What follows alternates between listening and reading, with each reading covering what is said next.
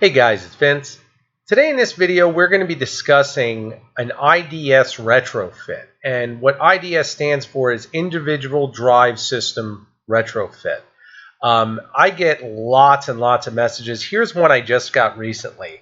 Watched one of your videos. I was given an old CNC machine, an AR600 Gerber Scientific. Was wondering if you have access to parts as I'm retrofitting. Have already ordered the new motherboard to upgrade to use VCarve Pro Dave. Okay. Now, of course, this is vague. We know it's vague. Dave has just given me a brief overview of what he's got. Let's take a look at the chassis. You can see he sent me a nice picture of this chassis. And again, there's only so much information I can get from this. Okay, first of all, we know it's large. I mean, just looking at the scale of this, of everything in the background, especially that fire extinguisher, I can see how big this is. Whenever you guys are going to message me with questions like this, I always recommend you telling me the chassis right out of the gate as far as dimensions, because when we start dealing with large chassis like this and dealing with an IDS system, once again, individual drive system, you're dealing with a lot more money due to the fact that we're dealing with a lot more labor and components. Now, that being said, let's take a look at what we're actually dealing with. As this conversation continued, okay, we're just going to come up here, and this is the third one. This is finally when he actually messaged me and told me the size. It's a 9-foot by 12-foot. Yes, a big one. It has two big motors for X and Y, and I believe, a little tiny one for the Z. Now, again, a 9 by 12 retrofit is going to require much larger drives, standing into more of a pro drive category with Gecko. You're looking at either a Raptor drive, G203V drive, and again, this is where it gets interesting, because I'm showing you the exact messages that I received. You can see this whole conversation here. His username is Skillinar, I believe, and then it comes up here, and then I'm asking him, are you looking for an assembled controller or DIY kit you'll assemble? And he says, of course, depends on the pricing. Well, let's be real, guys. Depends on the pricing. If there's labor involved, it's never going to be cheaper than a DIY kit. I mean, this is common sense type stuff we should all be aware of. When you're dealing with a system of this caliber, at that size, once again, IDS system, wiring each individual drive, you're dealing with a whole different level of building. And when I say that, let's define it, because again, I've discussed this many times, and I just got done doing this wiring diagram for a client, and this is my Rev 2 generic wiring diagram dealing with an IDS system, and this is the wiring diagram I've actually implemented when I built the Raptor system you see here. Now, I'm going to put a link to this video because many of you have already checked it out, but if you haven't and you're just getting involved and you are going to be building an IDS system, once again, individual drive, you can see the Raptors right here.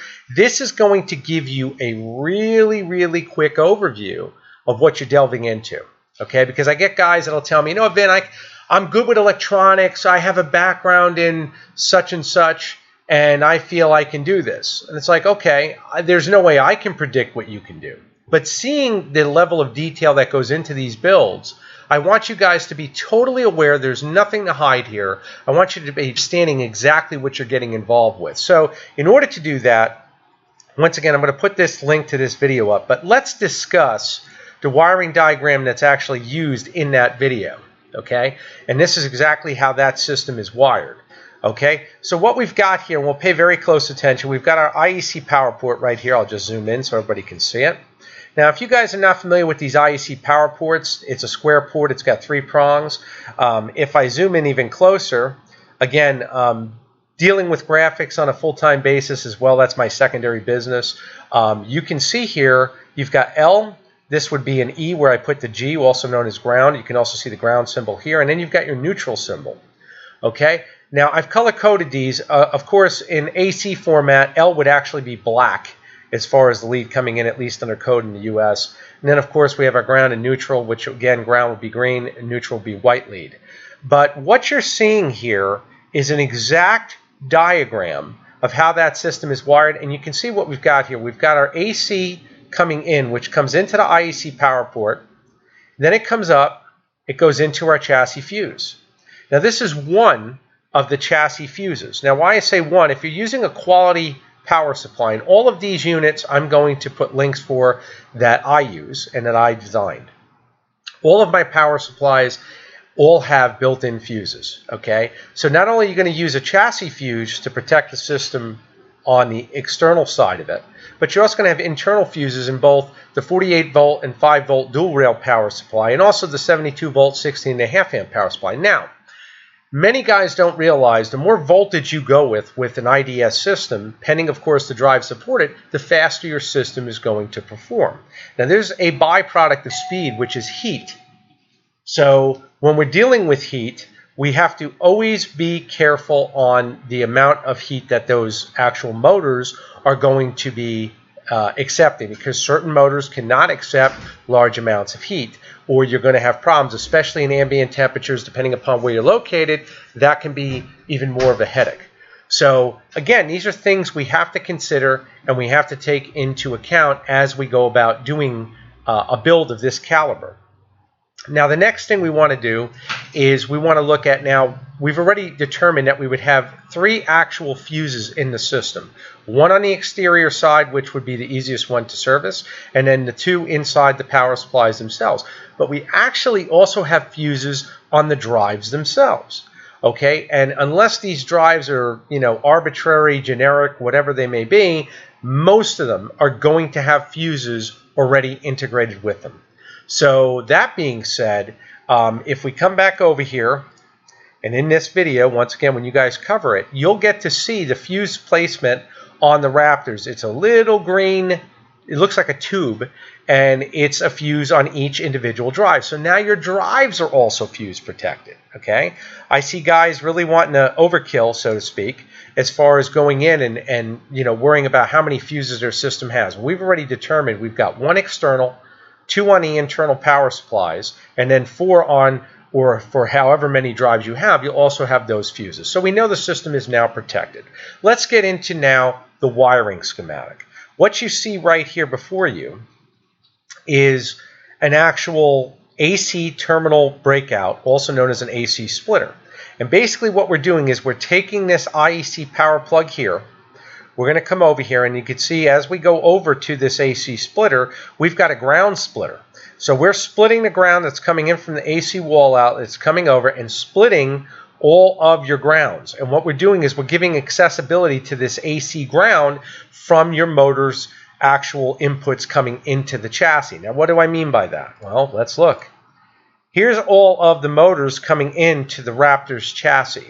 You could see your ground splitter being used here, and you can see all these leads that are green coming over to this ground bus. And what that is the grounds coming in from your shielded cable, in this case double shielded cable, which is what should be used to mitigate all frequencies of EMI. And what we're doing then is using the same AC ground. You can see the lead coming in the top. It splits it into this actual bus bar, and then everything connects here, and then it connects down here going up to our AC splitter, and that's where the wiring continues.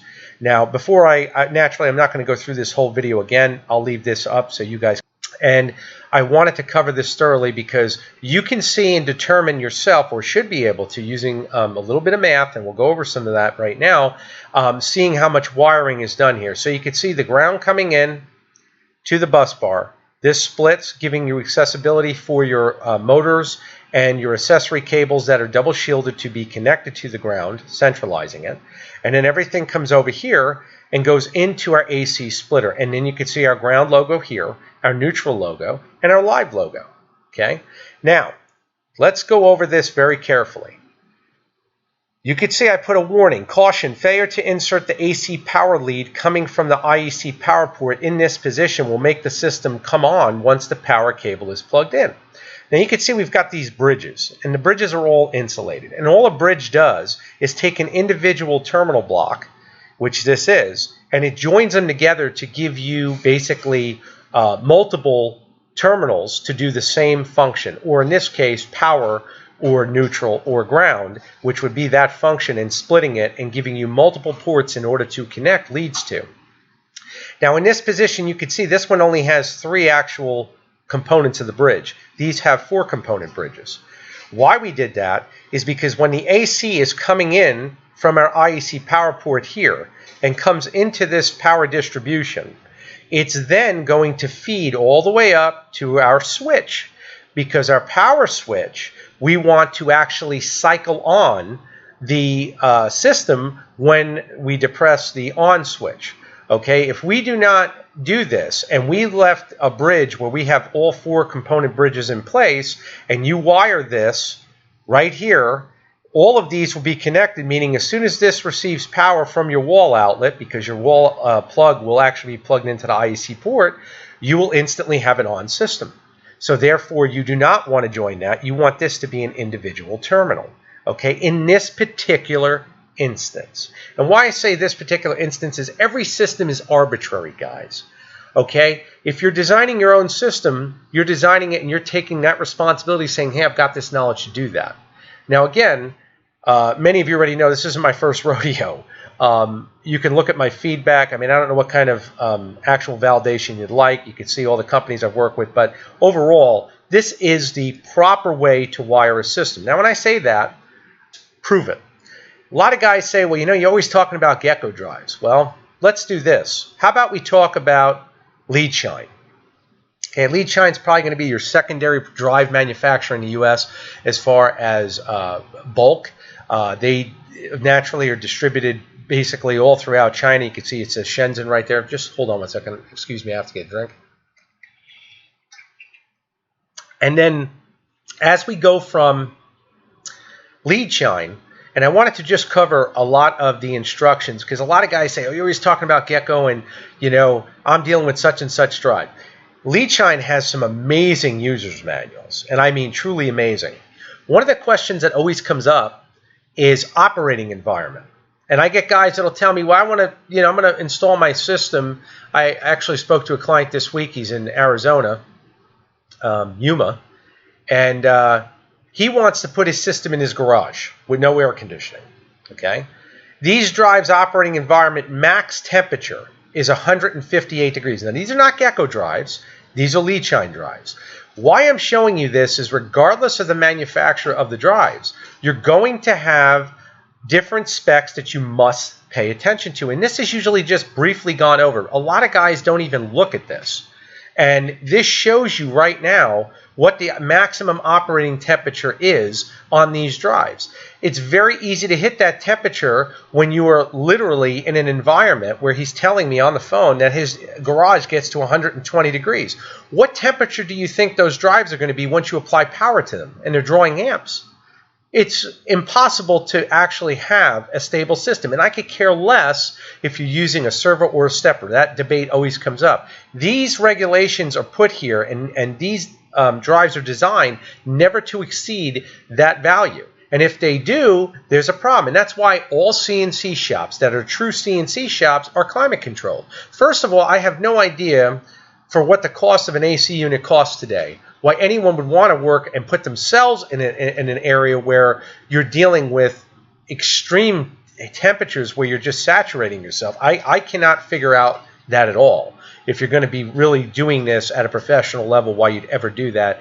Again, I think people have their finances in some ways crooked, so to speak, as far as how they think about that. If that's something you're looking at, I would seriously recommend you review your operating environment temperatures for anything dealing with robotics. Robots are not designed to be cooked. They are designed to be cooled, and they need to be operated properly. So always check out your operating environment. Now, as we come down, once again, staying with lead shine, I'm not looking at gecko because I get told about that a lot. Let's look at this. Multiple drivers. Once again, IDS system. It is recommended to have multiple drives. It is recommended to have multiple drivers to share one power supply to reduce costs. I've said this in previous videos. Okay, common sense. A multiple drive system, IDS system, is best implemented using a large power supply. And if you look here, we're using one power supply, which is what I designed a 72 volt 16.5 amp for. It's got more than enough amperage to support 6 axis. It could probably go up to 9 and you'd still be set depending upon what drives we're pulling. This power supply is all that's required for a pro grade drive. It limits cost and it limits EMI. Okay. Again, as we go back, we can see here, it specifically says Drivers to show on power supply to reduce costs if the supply has enough capacity naturally to avoid cross interference. And I like this is in bold type and it's also capitalized in red. Do not daisy chain the power supply input pins of the drivers. Instead, please connect them to the power supply separately. Here's another diagram again that reflects. We can look at this carefully. I'm zooming in so we can all see exactly what we're looking at here. Wire all drives in a star wiring configuration as detailed in the image. Never daisy chain the drives together. Now, once again, when you go to facilitate building your own system, if you're doing this crap right here, or you see systems built this way, this is a no-no. This is in Lead Shine's manual. This is also in Gecko Drive. I would say you've just covered about 85% of the automation gamut, and Lead Shine is massive. They have a massive, massive following as far as distribution channels, and believe me, this is not an isolated instruction. This is in all of their manuals. So again, paying attention to this, it's across the board, do not daisy chain. And you notice that somebody is doing this crap, you already know you're in a red flag situation. First of all, multiple power supplies, that tells you that he's not even reading the manual, whoever this individual is. Secondly, let's bypass the manual. There comes a point of electronic common sense that just, if you have an understanding of what you're doing with the power supply, it's all about power distribution. And with CNC robotics, it's all about EMI mitigation. And again, we are not going to be running multiple power supplies. Number one, it takes up major real estate, but most importantly, you are just going to be increasing EMI. And that was my whole idea behind the design of a dual rail power supply, incorporating a 48-volt rail for our cooling system and a 5-volt rail for our logic to our breakout board. It actually eliminates the need for 3 power supplies. You've actually got 3 power supplies, but you're only doing it with 2. It takes up less real estate, and we're also mitigating EMI. So again, looking at this, it makes logical sense. Now, when we start talking about, again, a large system that requires a true IDS system, here's where things get really interesting, because when guys say, oh, I want to know how much it's going to cost, you know, if I can do it myself, I'll save the money and do it myself. Okay, I'm totally up with that. Let's think about what it's going to cost just in what we're looking at here. Just to do this general diagram here, what would it cost to actually implement this and do it with soldering as it should be done? Okay, crimp connectors, you have absolutely no idea if you have a perfect crimp connector. Most guys, they assume, well, I used a crimp tool, everything is set. You hope. Soldering done with proper solder and flux and heat shrink, you can, if it's implemented properly, it's done correct. Okay. And again, there's no cutting corners. There's no, well, I'm just going to use the solder, I'm not going to use flux. No, we need to use solder and flux. It's not a cheap process. It's a very tedious process. That being said, we can see here we've got 3 actual rails on our power supply. All power supplies have 3 rails, live, neutral, ground, live, neutral, ground.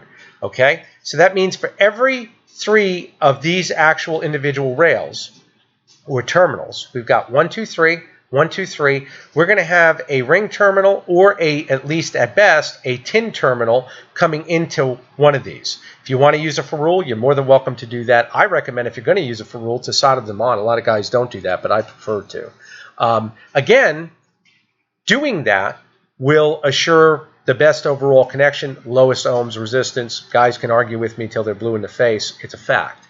The big question here is implementation of time, and that's why most of the guys don't do it. So let's look at this and quantify what we're looking at as far as connections. Okay, if you are soldering, whether you're using no clean flux, which I prefer, which is the Kester 186, you're still looking at doing an individual connection on this end and an individual connection over here. Now, if you're using ring terminals, okay, you're going to have the ring terminal that you're going to tin, you're going to have your lead that you're going to tin, and then you're going to have heat shrink that's going to be applied. You have to tin everything prior. That includes your lead. So when you do all that and you quantify it, that means to complete one connection without cutting the wires to the length required, because this is a custom build, you are still looking at between 4 to 5 actual processes. Okay, and that's up to you if you decide to clean your leads. I usually do. Again, unless I actually evaporate all of the flux, which is seldom, there's always usually going to be some residue, and wiping it off with a little flux remover only takes a second. But when we say that and we quantify it over 4 steps, those seconds add up. So if we've got here 3, 6, 9, and what I'm counting here is the terminals to be connected. So we got 3, 6, 9, and then we got 12, 13, 14. If we do that in steps, okay, and we say, let's just say 4 steps casually, you're already up to 56 joints. And that's up to you as far as how you're going to connect them. If you're doing, and when I say 56 steps to complete that joint, soldering. Now, of course, when you're doing a crimp connector, it's a hell of a lot quicker because we're just using a crimp, and most of them are insulated already. The problem is, once again, you don't know if every crimp is perfect. You don't know if you broke any of your conductors. You don't know a lot of different things, and that's where I tell you guys, be careful. Be careful. Soldering is used in precision electronics. It always has been. It always will be. It costs more. It's more tedious. It's an actual skill set, and that's why it's not usually done. Looking at this and quantifying this in time, okay, even if we multiply 56 steps, and those 56 steps, as far as actually going through them all, takes, we'll say, 3 minutes apiece. Divide that by 60, and now we're at 2.8 hours just to complete this. That's not quantifying time to cut your leads to custom length, measure everything, and go through and do everything. Now, you have certain guys that argue with that, say, no, I can go faster. Okay, go faster. Now, mind you this, I solder now between usually maybe 3 hours a day. Okay, I do it every day. I try to stay minimal because I feel an hour of perfect work beats the hell out of 3 hours of half-ass work. I wish more employers thought like that. I think many of you would love that if they did. Most people get paid by time. I say master what you do and eradicate the excess time needed and do perfect work and stop before you get tired. This way you know the products you're producing are always top-notch, and you're never, ever, ever wearing yourself out or burning yourself out to the point of just getting a project done. I've seen it myself and with a lot of different trades, and I don't recommend that. I think that's not the way to do things. So again, totally up to you on how you want to quantify your time. You're looking at this actual diagram, pending, of course, you understand it, pending, of course, you've built the system before or confident in your wiring knowledge. Even looking at this, which is a basic diagram, I've tried to simplify everything. This is still going to take a guy who's a novice some time. So a guy building his system, we already know that he's got 2.8 roughly hours invested in. We look at that and we quantify that, and you realize really quick how the money adds up. And that's why I'm telling you, when guys say to me, well, how much is it going to be? If you're looking at a DIY kit, and the DIY kit for an IDS Gecko drive system is going to run about $3K, and that includes CAM software and all the software and everything else required, minus the wiring in your time, that tells you something, guys. It's not going to go down from there. It's going to go up. If I have to incorporate labor, it's going to go way up. The most precious thing I offer is my time. And you have to realize that. So I just want to make sure everybody's on the same page. These diagrams take sometimes hours to produce. I mean, these are all graphically done. As a matter of fact, these are my actual components. So you can see here, I'm not cutting corners half-assed. This is exactly the way it's wired in. And when you review that, you'll see these components being used. Now factor in doing all these drives. Okay, if we factor in a drive by itself and we just go to the Raptor, let's see, this image, and you can see everything coming in here. You're going to have your power leads, you're going to have your step-in direction, the 5 volts actual signal coming in, and everything is multiplied by actually 4 times because, again, you're going to do heat shrinking. In this case, you're not, because these leads actually get inserted in the terminal blocks. But if you're building ferrites like you've got here, these are all custom done. Again, lots and lots of custom work, lots. All the mounting of the drives, that's done custom. The mounting of the breakout board, that's done custom. Nothing is, I never ever mill the boxes all in the same platform because I have clients that require different setups. So it's impossible to do that. It's impossible to make one specific setup to cover everybody. So again, Keep all of that in mind as you're determining, I'm going to build this. I'm okay with building it. Understand what you're getting involved with. The grounding process on these systems are very basic, yet they're extensive if you're not used to understanding wiring.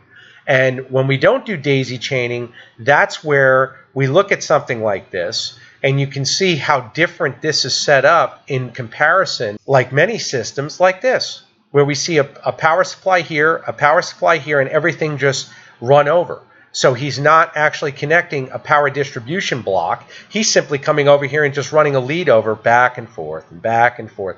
And that is not best practice. So again, if somebody is selling a system, aka this person, is to come back and review this diagram, because this diagram will truly tell you if the job has been done right. Now, is that up to me to say that? You can see right here, again, lead shines actually reflecting it, Gecko drive actually reflecting it. This is the way to build a system. Now, it offers different variables that a lot of guys don't think of. When you build in terminals that can be removed like this, and again, I'm using ring terminals on all these connections, which are soldered, heat shrink, with flux, tinning, all that process. It allows you to disassemble the system by simply removing the leads and then reattaching them.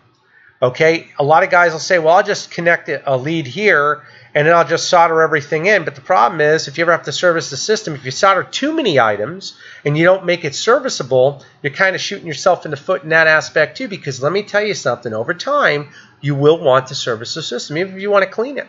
So these are things to really, really think about. That's why I said when the engineering process, which guys take for granted and don't think about it, this is years of engineering. This is not just an idea of, hey, I'm going to put this together and hope it's okay. When a client pays me, in excess of $3,000 to $5,000, depending upon what kind of system I'm building, there's a reason he's paying me that, because he knows he doesn't have to do this thought process. It's done.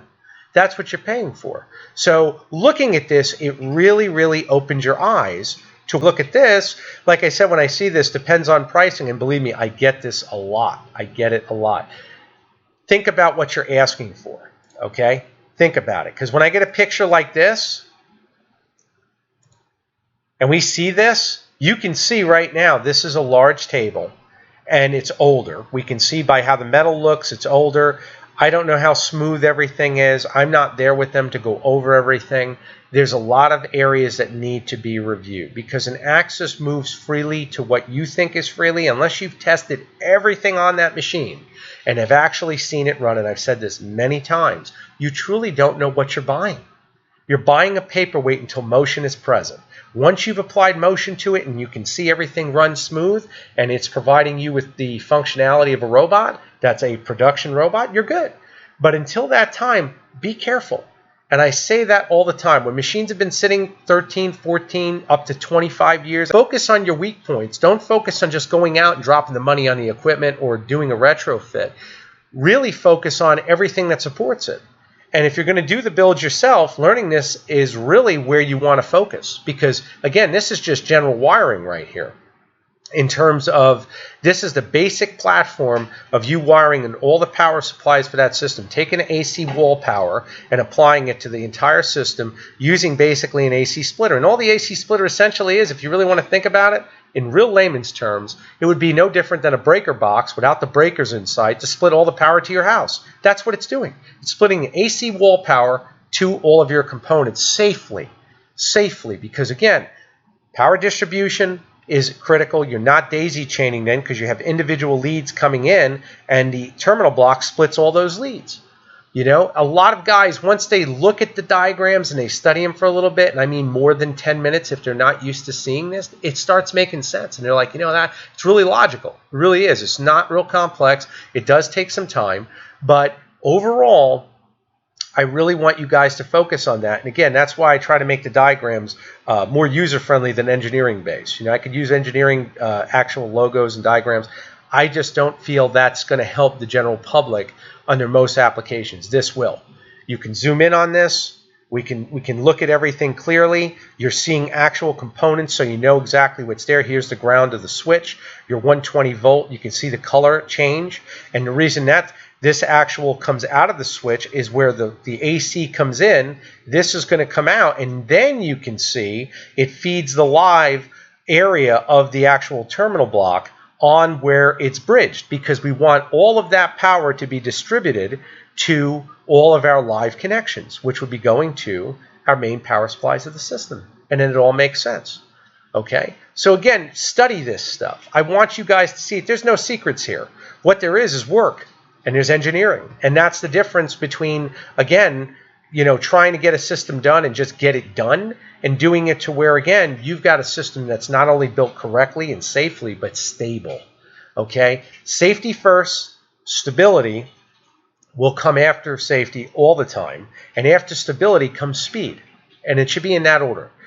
If, again, we don't have the actual stability, which, again, stability always yields accuracy. I shouldn't even have to say that. There's no point in buying a robot if you don't have accuracy. But, again, always put your priorities where they should be. And for my new guys out there who are really looking at this, and just to give you guys an idea, I was actually watching a documentary, and it was super interesting. It was on Netflix, and it was, I'll see if I can even find it, and you guys could check it out. It was about a GM plant that closed, and Fuyo Glass actually came from China and opened it up in Ohio, Dayton. And they were discussing basically how they came over and how robotics was going to basically be implemented throughout the plant. And they were looking at, I believe it was like a 53% increase in the next 5 years. And I'm going to be honest with you, I think it's low. I think we're seeing everybody now getting involved with robotics. I'm seeing more and more new clients a week that want to get involved with it because they realize the potential of what they're dealing with. And I mean, how much time we're saving. So all I'm saying to you is please run with that idea, run with that ball as far as you can. Just make sure you're investing properly. I do not see taking money from anybody who doesn't understand what they're getting into. Okay, and just because you've done medical instruments, I've had guys tell me I've built medical instruments for 30 years under microscopes. Let me tell you what. Each area of engineering is no different than having a specialist doctor work on you. Okay, there's cardiologists, there's neurologists. Once you start getting into that and saying, well, everything is general, you're going to shoot yourself in the foot very quickly. Because I can tell you right now, I've had guys who are in radio control models be able to solder as probably 3 times better than me doing double shielded cables. And I've had engineers with master's degrees who claim to be in full production scale output as far as dealing with soldering at a professional level and can't solder a damn cable. So I'm just telling you, it means nothing. Your background in that means nothing. If you haven't done this yourself and actually work with this equipment, you're still hot air. Once it's in your hands, once you've developed it and implemented it, I say that's when you've learned the most, because all the rest is theory. Theory means nothing. You can study this diagram for 3 hours, and I'm telling you right now, you might know it backwards until you've done the work, cut the leads, matched all the wires, just factoring in the colors of wires you have to carry. That tells you how much actual leads you have to carry, because again, you're dealing with red lead here, black leads here, white leads here. By the time you factor in all that, the heat shrink, the solder, the flux, the knowledge of everything, if you're doing graphics, I always put graphics in my system, then you quantify it. And you start saying, this guy's onto something. It makes sense. I mean, my subscribers are going up, and I totally respect every one of my subscribers. And again, I want all the guys that are new to the channel to understand that respect comes with honesty. And that honesty, again, I'm not going to BS anybody. I want to create a good living for myself, no different than any of you do. But by the same token, we have to be realistic of what you're asking for. And I've said this in previous videos. If you quantify the problem I'm solving with how much I'm making, I deserve it. And that's the truth. I feel that way with all of you as well. You're roofing someone's house and you're charging them $7,000, $10,000, $15,000 depending on the size of the house. You've earned that. Look at the problem you're solving. And that's something you have to think about. And I think once you do make your actual peace with that and realize what you're getting, as long as that work is done right, you've got one hell of a piece of equipment. Because now we're not talking about, old school sanding and drilling and, you need one machine for each of this. These machines usually will encompass 5 to 6 different machines. And when you factor in the accuracy, there's no hand machine as accurate as these robots. Whether it be step or servo, I don't care what it is. If it's built correctly, it's calibrated correctly, you've got one hell of a machine. If not, you've got a nightmare on your hands. So again, please understand what you're looking at. I hope that this IDS diagram has helped. I do have this diagram. I will be offering it with all my new systems if you'd like it. Again, if you want to purchase these, I don't really see that. You can definitely message me. As long as I'm not too busy, I'll send it to you as fast as I can. You can definitely use this for your own system. It'll definitely help you guys really get ahead as far as whether you use the My Components or not.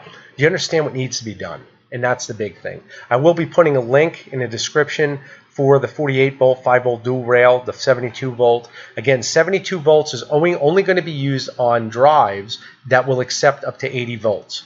And that's a DC power supply, just so we're all on the same page. If you guys are running, I get a lot of questions on this too. Why are you running 72 volts and it can handle 80?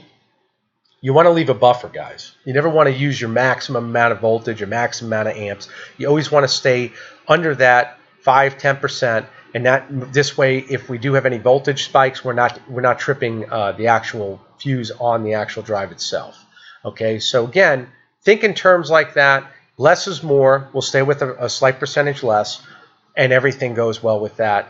Do you absolutely need the highest voltage power supply? I get that question a lot. You don't, depending on the size of the system. Now, if we look at this massive monster, you'd want to use as big a power supply as could be supported, because we want to make sure that it'll cover the entire chassis, and we want to do it quickly. So his rapids would be faster to cover a distance like this, and that's really where that voltage comes in. Now, again, if this was a 3-foot chassis or a 4-foot chassis, the G540 system, dollar for dollar, is the best drive you will get, bar none, because it is integrated, which means a lot less work. You're not wiring all of this. You're not dealing with any of this, okay? That is going to be your best overall investment on a table up to 8 foot for most applications. I've done them up to 13 foot with the G540, pending. Speed is not a concern. I had one client of mine, Tom Firestone, great guy, working in oil fields. I actually have his video listed on the channel, and you can see he's using G251X drives, which are the same drives inside of a G540 on a 13-foot chassis. Now, is it going to give him rapids like a 72-volt drive? No. But if you don't care about speed, then guess what? You're okay. So again, you have to know when to break the rules. The main thing is that we're practical. When people say to me, well, I want a price on a system, but I want it to be, you know, is it comparable to a DIY kit? Hell no, it's not going to be comparable to a DIY kit. You know, if you're doing all the work, you're doing all the work. Do the machining, do all the cutting of wires, solder, heat shrink. I have an automatic heat shrink cutter. You'll need a robot for that, plan on getting it precise. Or you can do it by hand, and that'll take you, God only knows how long to match each piece, unless you don't care about length. And again, I'm doing it at a professional level. I care about what my work looks like. If you don't, you're doing it for yourself, you can factor that in. Again, it is what it is. I'm just telling you the facts. So you have to really quantify that. But when we look at a system like this, just so you know, and this is a really good point because a lot of guys don't think about this, this chassis, when it is retrofitted, let's say we did the retrofit, and he invested whatever it was. I think I said that it could go up to $5,000 for a retrofit on this. Let's just look at that for a minute. What's this chassis then worth with that investment in it? If he invested that, this chassis then is easily worth, what, $12,000, $15,000? Easy, all day long. Because what can you make with this? What can you make with this? I've had clients sell their entire business or part of their business doing a retrofit. I'll give you guys a quick idea of how to make money real easy, and this is fact. I've had 2 clients sell their systems with certain STL files they created for cabinets, sold it with the system so that the next guy that was actually purchasing the system had a business model already in place. All he had to do was cut those files out. And guess what? The system pays for itself. You don't believe me on that? Think about what I just said. The files are products, guys. That's all it is. The robot just runs the program. That's it. So if you think about it like that, and you say, oh God, $5,000, a lot of... No, it's not. No, it's not. What are you asking me, once again, to solve? We're solving a hell of a problem. You start knocking out sets of cabinets, 2 sets of cabinets, 3 sets of cabinets, you're making $25,000, $30,000. They're on YouTube now with videos of guys doing that. Okay, they're using different machines with self-loading of raw materials, this, that. We can go as complex as we want, but the fact of the matter is, when you're building a product at that caliber, with a robot, the same robot that factories are using, and you understand it, and those STL files in that instance are already created, you're ready to make money out of the gate. So then the next question is can you just plug in the system and run the file? And that's something you have to think about. And that's why I say when you quantify it, quantify everything. Understand exactly what you're purchasing. Exactly what you're purchasing. And then it makes sense. And if you are going to build, by all means, it's a great learning experience if you've never done it. Understand what you're getting involved in. So again, guys, I hope this video has been helpful. I'm getting more and more, lots and lots of questions with consultations and different areas of questions. I'm very excited that I will be releasing, and I've discussed this in previous videos, the new motion control software package. This has been a lot of work, but I think it's going to help a lot of you, and it's also the lowest price package on the market with an Ethernet controller. And when I say that, I've done a price comparison. I'm going to blow that up. I'm still doing a lot of actual studying as far as market value and what's out there, so you guys can see exactly what I want to offer, because again, it exceeds everything I've seen to date.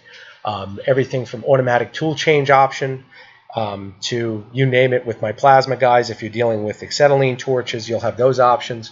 It's very, very interesting, and I look forward to releasing that very, very soon. But for those of you watching the whole video, once again, I thank you for all your support, my subscribers. I love you guys.